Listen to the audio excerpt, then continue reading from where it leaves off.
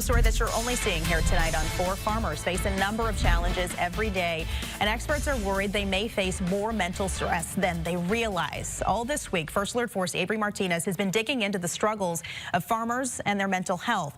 And while the need is high, advocates still feel that people are starting to opening up. Now let's take a look at the data showing how widespread those concerns are and how the culture of grin and bear it makes it mentally tough. It's a concern well known to Missouri farmers. You either ignored it or what worse, you drank it away. And that's why there's such a high rate of alcoholism in agriculture. And those mental struggles and addiction concerns have experts worried. The Centers for Disease Control and Prevention listed farming as one of the most at-risk occupations for suicide in 2021.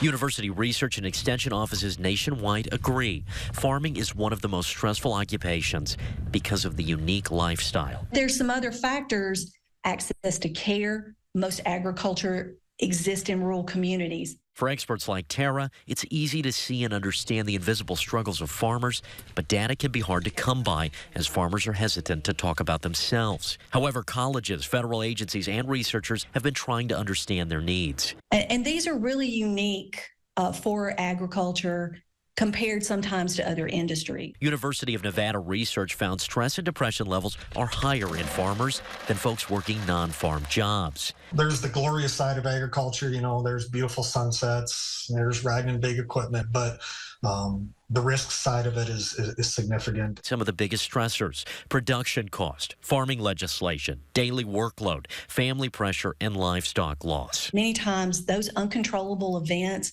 are the things that really tip people over into crisis. USDA's National Institute says stress-related mental health concerns are growing in farm communities, and they've been providing grants to fund programs like AgriSafe, focused on farmer mental health, which advocates say is helping. Just because we are getting people to talk about it so much more.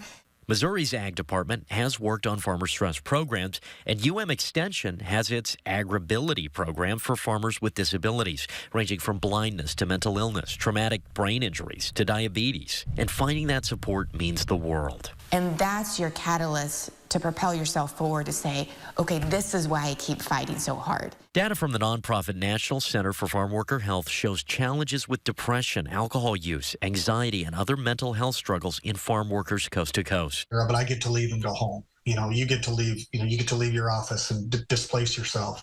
That's right outside your front door every single day when you're in ag or ranching. And stress has physical impacts. The University of Ohio Extension says farm stress can lead to headaches, high blood pressure, or even affect love life. Some general tips: try to eat regularly, sleep often, and set realistic goals for completing work. We can all help by noticing actions that are out of character.